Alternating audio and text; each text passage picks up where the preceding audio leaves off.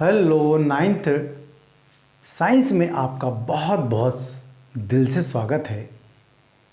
हमारे टॉपिक चल ही रहे हैं, तो आज का सेकंड टॉपिक है पदार्थ का भौतिक स्वरूप। इससे पहले हम चैप्टर नंबर 1 में पढ़ चुके हैं पदार्थ, मैटर, द्रव्य क्या चीज़ है। जितनी चीज़ें हमें दिखाई दे रही हैं आसपास वो सब पदार्थ हैं। उनमें द्रव्यमान हो, आयतन हो, वो जगह घेरती हो और जिनका ज्ञान हम अपनी ज्ञानेंद्रियों नाक, मुंह, कान, आँख, त्वचा आदि से फील करते हों, वो सब क्या कहलाएंगे? पदार्थ कहलाएंगे। ये वाली बात हम पिछले टॉपिक में सीख चुके हैं और आज का टॉपिक है पदार्थ का भौतिक स्वरूप, फिजिकल नेचर ऑफ मैटर। इसके कुछ पॉइंट्स दिए हैं यहाँ पर। क्यों ऐसा है? पदार्थ कणों से मिलकर बना है। ये बात हम बहुत पहले से जानते हैं, बार बार हम ये कह रहे हैं कि जितने पदार्थ हैं सभी के सभी छोटे छोटे कणों से मिलकर के बने हैं। चाहे देख लीजिएगा दीवार हो, चाहे लोहा हो, चाहे कुर्सी हो, चाहे किताब हो, चाहे हम हो, कुछ भी चीज़ें हैं जितनी है सभी के सभी छोटे छोटे कणों से मिलकर के बनी हैं। बताएं, वो कणों से मिलकर के बने हैं। ये वाली बात आप चलिए इस तरह से जान सकते हैं। जैसे हम एक ईंट की बात कर रहे हैं, ईंट तो ईंट बनी होगी, तो ईंट जो बनी है वो भाई धूल इत्यादि थी, ठीक है, उसको इकट्ठा किया, इकट्ठा करके और उसका साइज बना दिया तो ईंट बन गई। ये ऐसे समझ ली ना, रेत होता है, रेत के कण बहुत सारे होते हैं, बहुत असंख्य कण होते हैं। रेत के कण समझ रहे हैं ना, कण की बात कर रहे हैं हम, तो कण तो बहुत असंख्य होते हैं रेत में। तो रेत को पानी वानी डालकर, सीमेंट वेंट डालकर उसका आकार दीवार का या किसी पिलर का दे दिया जाता है, ठीक है नहीं। उसी तरह से हर पदार्थ बना है। ये ऐसा मान लीजिए, देखो मैं चौक की बात बताऊँ, ये चौक है, जानते हैं अच्छे ढंग से आप। चौक के टुकड़े कर दें हम इस तरह से, बहुत सही, एकदम टुकड़ा हो गया इसका। और टुकड़े कर दें हम, ये भी हो गया। फिर उसके बाद और टुकड़े कर दें इस तरह से, अरे वाह, ये सब टुकड़े होते चले जा रहे हैं, ये टुकड़े होते चले जा रहे हैं चौक के, ये टुकड़े होते हैं। अब टुकड़े हो रहे हैं तो इसका मतलब क्या? ये पार्टिकल हो रहे हैं, ये छोटे छोटे कण हो रहे हैं। तो ये कण जो हैं भाई, ये कणों से मिलकर के चौक बना था। और इतना छोटा कण है, देखो और छोटा कर दें हम, और छोटा कर दें, बहुत सारे छोटे होते चले जा रहे हैं। ये छोटे होते चले जा रहे हैं कण। ये कितने कण हो गए? ये सब छोटे होते चले जा रहे हैं कण। ये समझ रहे, ये कण मिल रहे हैं। क्या हम और छोटा कर सकते हैं? तो एक कण की स्थिति आएगी कि अब कण और छोटा नहीं होगा, यहाँ तक कि हमारे हाथों पर लग गए। वो छोड़ दीजिएगा, ये देखिएगा कि ये चौक के कण छोटे छोटे कणों से मिलके बने हैं और वो कण कुछ इस तरह से हमें दिखाई दे रहे हैं। देखो ये छोटे छोटे, छोटे से बड़ा, बड़े से बड़ा, इस तरह से, और एक चौक का निर्माण हो गया। यहाँ तक कि चौक के अंदर देखो इतने छोटे कण हैं कि वो हमारे हाथ पर भी लग गए हैं। इतने छोटे कण हो जाते हैं कि हमें आँखों से दिखाई देना। और यहाँ देखिएगा, अगर हम चलाएँगे इस पर भी चलाना शुरू करेंगे, देखो ये चलना शुरू कर देता है, ठीक है। इसका मतलब इसके कण जो हैं वो इस पर आ गए। ये छोटे छोटे कण हैं, इतने छोटे कण कि हमें आंखों से दिखाई नहीं दे रहे, लेकिन असंख्य कण वो एक आकृति बनाते जा रहे हैं और उसी को हम क्या कहते हैं? लिखावट कह रहे हैं, ठीक है। तो सभी चीज़ें छोटे छोटे कणों से मिलकर के बनी। और इतने छोटे, उसने कहा है पदार्थ के कण बहुत छोटे होते हैं, इतने ज़्यादा छोटे होते हैं कि उनका देखना हमारे लिए संभव नहीं है आँख से। तो अगला हिस्सा देखते हैं, फिर इसी थीम पर आधारित है कुछ हिस्से ये वाले, पदार्थ के कणों के अभिलाक्षणिक गुण, ठीक है। पदार्थ के कणों के कुछ गुण इस प्रकार होते हैं, जो सभी पदार्थ के कण हैं, पदार्थ के कणों के कुछ गुण इस प्रकार होते हैं कि सभी पदार्थ के कण इन गुणों का पालन करते हैं। सभी पदार्थ के जो कण हैं वो इन गुणों का पालन करते हैं, इसीलिए इसको हम अवलक्षणिक गुण कह रहे हैं, ठीक है नहीं, समझ रहे हैं। तो सभी पदार्थों में इस टाइप के गुण रखते हैं, सभी पदार्थ इस टाइप के गुण रखते होंगे, उनके कण जो हैं वो इस टाइप के गुण रखते हैं, इसलिए हम इसको अवलक्षणिक गुण कह रहे हैं। मैं धीरे धीरे उसको समझा रहा हूँ। क्या है? पदार्थ के कणों के बीच रिक्त स्थान होता है, खाली स्थान होता है पदार्थ के कणों के बीच में। कैसे जाने रिक्त स्थान होता है? देखो चौक की बात आप जान गए हैं, इनके बीच में रिक्त स्थान था, हमने आसानी से तोड़ लिया। ऐसे जान लो ना कि जैसे हैं क्लास में 50 बच्चे हैं, आप 50 हो, 50 की क्लास है भाई, और आपके यार दोस्त आ गए 10, तो और सीट अपनी अपनी सीट पर बैठे हैं 50, तो यार दोस्त आ गए तो क्या कहोगे, थोड़ा सा आजा आजा आजा मेरे पास आकर के बैठ जा। सब सब के 10 कैसे है, उनके अंदर आसपास अपने पास बिठा लोगे आप लोग, सेट हो जाओगे। ठीक है, अब क्या वो दिखाई देंगे बच्चे 10 जो आए थे, अब दिखाई नहीं देंगे क्योंकि उसके अंदर ही वो समा गए, हमें दिखाई नहीं देंगे। इसका मैं एग्जाम्पल बता रहा हूँ। यहाँ पर कुछ प्रयोग हैं, ये प्रयोग दे रखे हैं, वो मैं प्रयोग आपको करके अभी दिखा रहा हूँ। रिक्त स्थान होता है, इसकी पुष्टि हम एक, देखिए ये कांच का गिलास है ये वाला, ठीक है, और मैंने इसमें पानी कर रखा है और पानी के साथ मैं इसमें नमक डालूंगा। देखो एक आधा चम्मच नमक इसमें हम डाल रहे हैं, ध्यान दें। तो इसका तल तो भाई ऊपर उठ जाना चाहिए, पानी ऊपर उठ जाना चाहिए। ठीक है, ये नमक है, ध्यान दें ये नमक है। ठीक है, मैं इसमें डाल रहा हूँ, तो ये नमक से डालते ही ये पानी का तल ऊपर उठ जाना चाहिए है। ये तो नहीं उठा भाई पानी का तल ऊपर, ये तो वहीं का वहीं है। देखो मैंने निशान लगा रखा था, ये निशान आपको दिखाई दे रहा होगा, जितना निशान का पानी था, अब डालने चम्मच से हमने नमक डाल दी तो उतना ही है, तो ये तो पानी नहीं उठा।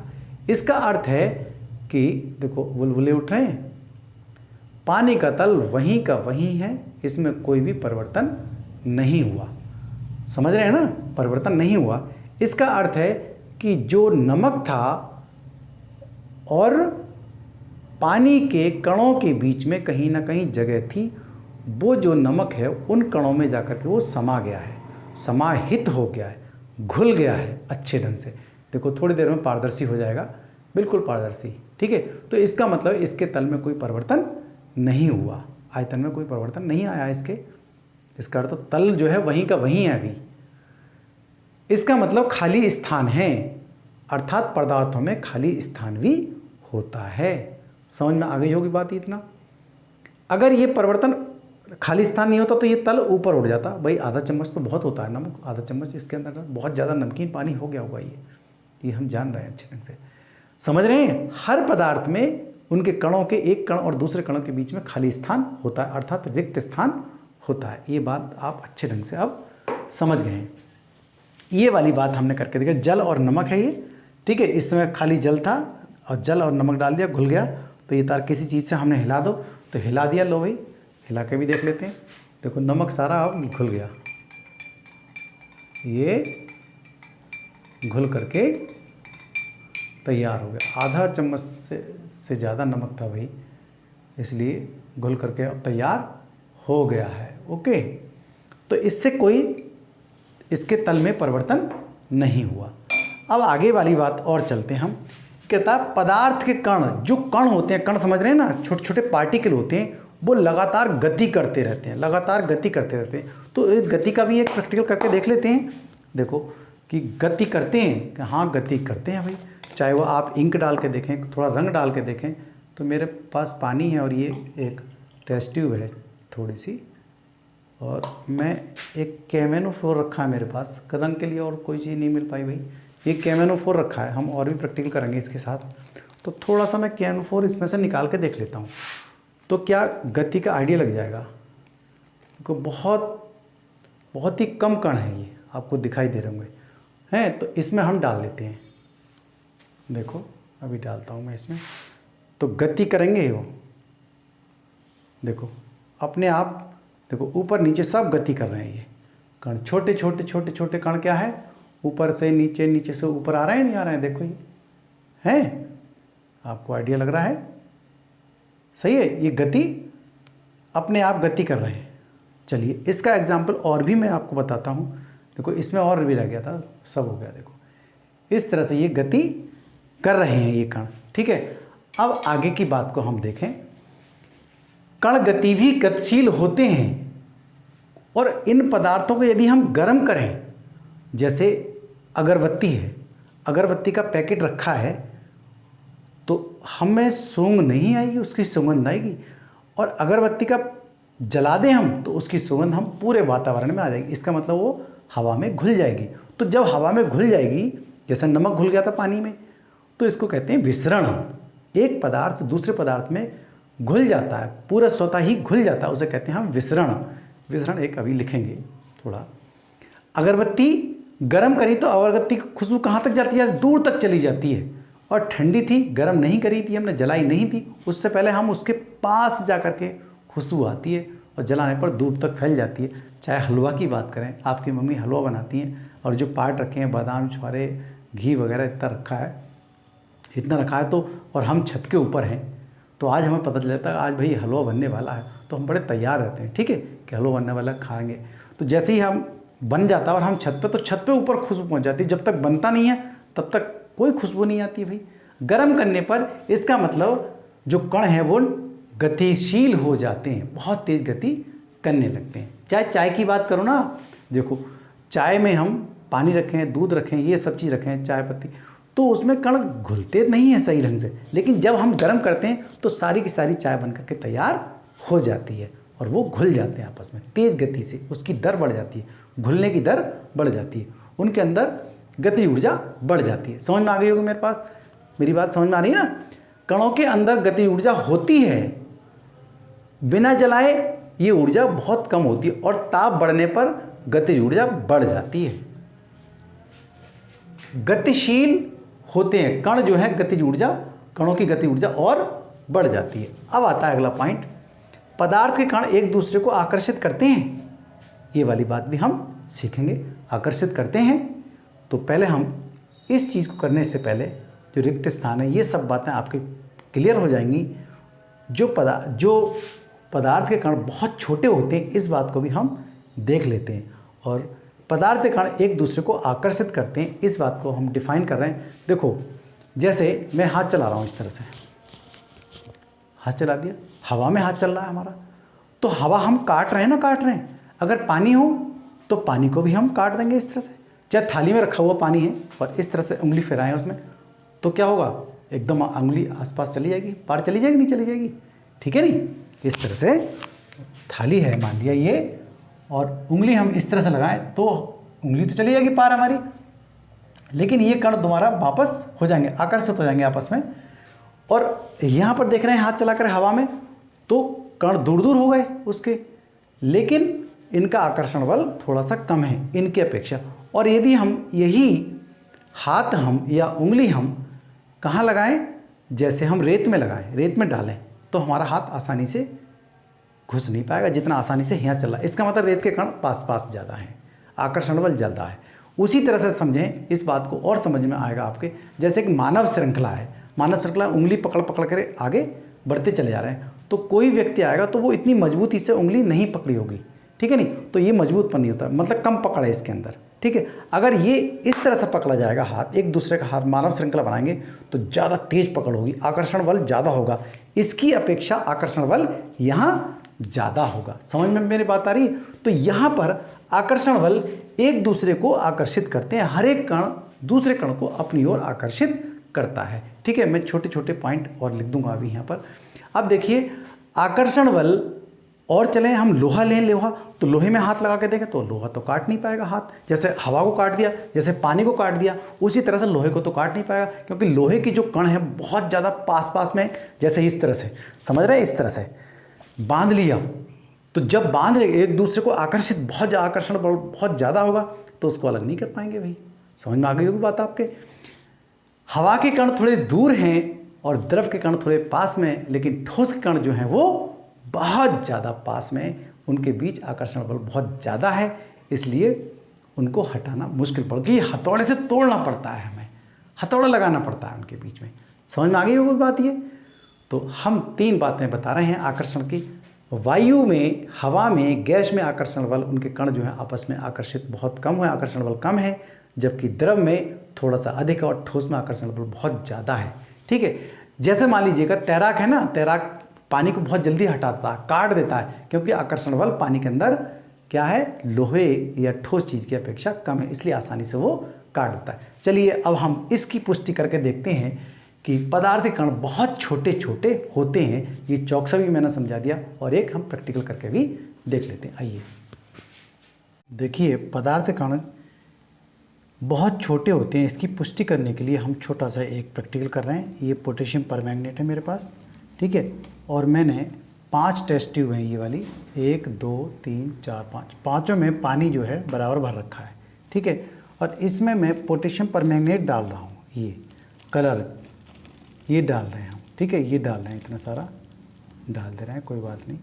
ये हमने पोटेशियम परमैंगनेट डाल दिया, ओके, ये हो गया, सही है, ये हमने डाल दिया, ठीक है। अब आप ये देख रहे हैं ये कलर कैसा हो गया, बहुत गहरा कलर हो गया इसका, ओके, बहुत ज़्यादा गहरा। अब इस कलर का हम थोड़ा सा पार्ट इसमें डालना चाह रहे हैं, दूसरी वाली में, इसमें ये डाल दे रहे हैं, कुछ पार्ट हमने इसमें डाल दिया। अब इसका कलर भी पहले की इसकी अपेक्षा थोड़ा सा हल्का हुआ है, ऐसी तो मतलब है। अब इसका देखें, देखो अभी घुल नहीं पाएगा, घुल जाएगा, अभी गतिशील है, देखो नीचे की तरफ जा रहा है, बहुत जल्दी जाएगा, नीचे की तरफ जा रहा है, देखो ये कलर हो गया पूरा, ओके, इस तरह से। अब देखें आगे, कुछ बूंद हम इसमें डाल देते हैं इसकी, इस कलर की, तो पहले की अपेक्षा है तो ये, लेकिन कलर कैसा होता जा रहा है, ये बहुत गहरा है, गाढ़ा कलर है, ये और हल्का कलर हुआ इसका, और ये और ज़्यादा हल्का हो गया है, ठीक है। और अब हम डालें इसमें यही चीज़, देखो और हल्का कलर इसका हो गया है, सही है, ठीक है नहीं। अब यही चीज़ हम इसमें डाल रहे हैं, देखो कलर करके देखेंगे इसमें भी, और जल्दी से।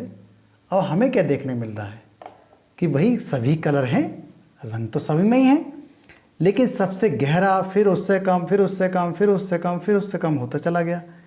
इसका अर्थ क्या है कि पदार्थ के जो कण हैं इतने छोटे हैं कि वो इसमें भी थे, और इसके बाद इसमें भी चले गए, इसके बाद इसमें भी चले गए, इसके बाद इसमें भी चले गए। तो कितने सारे कण हैं भाई, बहुत ज़्यादा कण है, इसका मतलब बहुत छोटे छोटे कण हैं, ठीक है। ये वाली बात हमें यहाँ सीखने मिल रही है, पता चल गया होगा आपको, ठीक है। अब हम अगर यही चीज़ हम अब बड़े वाले ड्रम में डाल दें, बड़े वाले पानी ड्रम में डाल दें, तो सारा का सारा ये अगर 100 लीटर का पानी हो तब भी इसको कलर कर देगा। लेकिन ये नहीं, ये बिल्कुल पानी नहीं हो पाया, मतलब ख़त्म नहीं हो पाया कलर ये। इसका मतलब है जो पदार्थ के जो कण हैं बहुत ही ज़्यादा बारीक हैं, छोटे हैं, जो हमारी आँखों से भी नहीं देखे जा रहे हैं। इतनी आपकी पुष्टि आपके समझ में आ गई होगी कि पदार्थ के कण बहुत छोटे हैं, ये वाली बात क्लियर होगी। चलिए अब बोर्ड पे चलते हैं। हाँ, आपने अभी अभी देख ही लिया है कि हमने प्रयोग कैसे किया है। मेरे पास परख नली थी टेस्ट ट्यूब, और ये इसमें बीकर बताया गया। तो बीकर में हमने साफ़ जल ले लिया, अर्थात हमने ले लिया परख नली में, ठीक है। तो उसमें हमने KMnO4 डाला था, पोटेशियम परमैंगनेट। तो इसका कलर जो है बहुत ही ज़्यादा गाढ़ा हो गया था, और उससे हमने इस वाली परख नली से इसमें कुछ मात्रा डाल दी, तो वहाँ पर कलर थोड़ा कम हो गया, और जो साफ़ पानी था उसमें कलर बन गया। इसके बाद इसमें भी साफ़ पानी है, तो इसका कलर हमने, जो पानी सहित कलर था वो हमने इसमें डाल दिया। हमने सोचा कि अब शायद कम हो जाएगा, तो वो कम नहीं हो रहा। अगली जो परख नली थी उसमें बिल्कुल साफ़ पानी था, और वही उतनी मात्रा में हमने फिर वहाँ डाल दिया। लेकिन हम देख रहे हैं कि कलर बिल्कुल समाप्त नहीं हुआ है।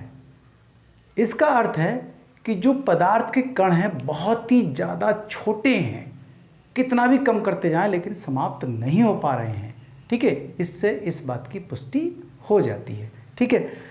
अब अगला आता है, हमने ये भी प्रयोग करके देख ही लिया था, आपको पता चल ही गया था कि एक पानी लिया हमने, गिलास में ले लिया था, और ये इसमें आधा चम्मच हमने नमक डाल दी थी। तो वो नमक पूरी तरह से इसमें घुल गई थी, अर्थात वो समाहित हो गई है, समावेशित हो गई है। इससे अर्थ होता है कि पदार्थ के कणों के बीच रिक्त स्थान होता है, ठीक है। वो रिक्त स्थान में नमक जा करके वो सेट हो गया है, ठीक है, नहीं घुल गया है। तो एक पदार्थ जब दूसरे पदार्थ में मिल जाता है उसे हम विसरण कहते हैं। तो विसरण की मैंने डेफिनेशन यहाँ पर लिख भी दिया आपको समझने की, दो विभिन्न पदार्थों का स्वतः मिलना विसरण कहलाता है। भाई चाहे देखें ना, अगरबत्ती जो है किसमें, वायु में मिल जाती है, विसरित हो जाती है आराम से, कोई दिक्कत ही नहीं है। खुशबू विसरित हो जाती है, मिल जाती है, ठीक है। अब आगे देखेंगे, जैसे नमक जल मिल गए थे, चीनी और जल भी मिल जाएंगे। शरबत और चाय, शरबत जब बनाते हैं हम तो उसमें चीनी डालते हैं, अन्य छोटे छोटे पदार्थ डालते हैं उसके अंदर, तो वो सब समावेशित हो जाते हैं, समावेश मिल करके क्या विलय हो जाते हैं उसके अंदर, इस चाय के। तो ये वाले पॉइंट आपको याद दिलवाएंगे, छोटे छोटे पॉइंट हैं, वो रिक्त स्थान की पूर्ति किस तरह से करते हैं वो आपको यहाँ से दिमाग में आ जाएगी कि हम यहाँ ये वाला विचार रख रहे थे, तब हमें मिल गया था ये हिस्सा। कौन सा? रिक्त स्थान की पूर्ति होती है। ठीक है, रिक्त स्थान होता है, कणों के बीच में रिक्त स्थान होता है। तो रिक्त स्थान, ये वाली बात याद दिलवाएंगे आपको। अब आता है अगरबत्ती का जलना और नीली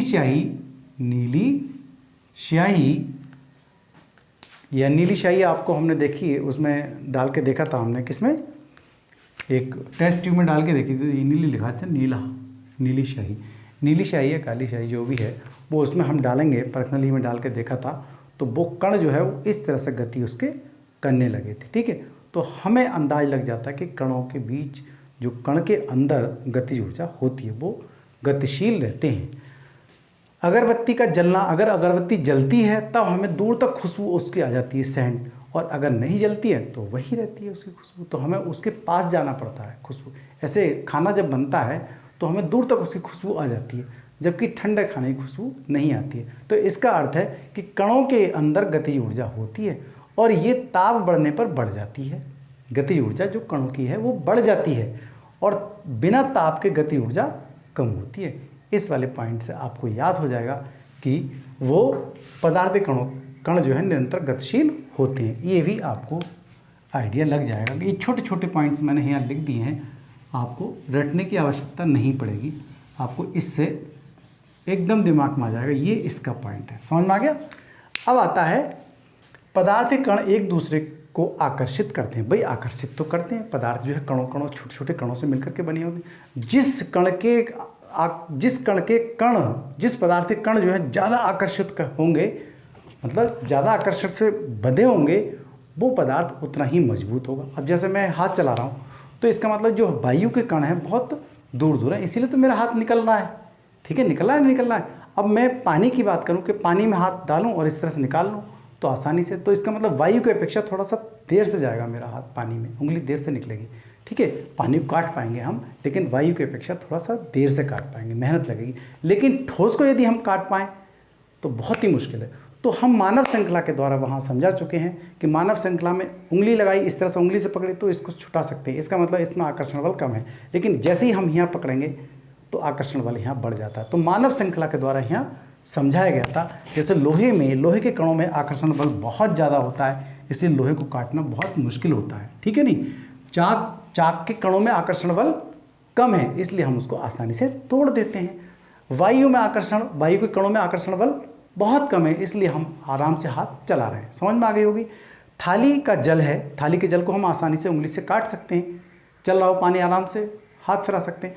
और तैराक भी तो यही काम करता है, इसलिए तैराक जो है आसानी से पानी को पीछे धकेल लेता है, काट देता है और वो आराम से तैर जाता है। ये छोटे छोटे पॉइंट्स मैंने आपको लिख के दिए हैं ताकि आपको याद रह जाए कि इससे संबंधित बातें हैं क्या।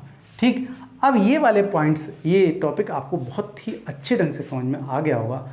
अब हमारा अगला टॉपिक आएगा पदार्थ की अवस्था। बहुत ही ज़्यादा इम्पोर्टेंट टॉपिक है, इस पर ध्यान दीजिएगा और हम आगे चलते हैं, अब देखेंगे। और इसके मैं इन टेक्स्ट क्वेश्चन भी अब करवाऊँगा। Okay, thank you, have a nice day.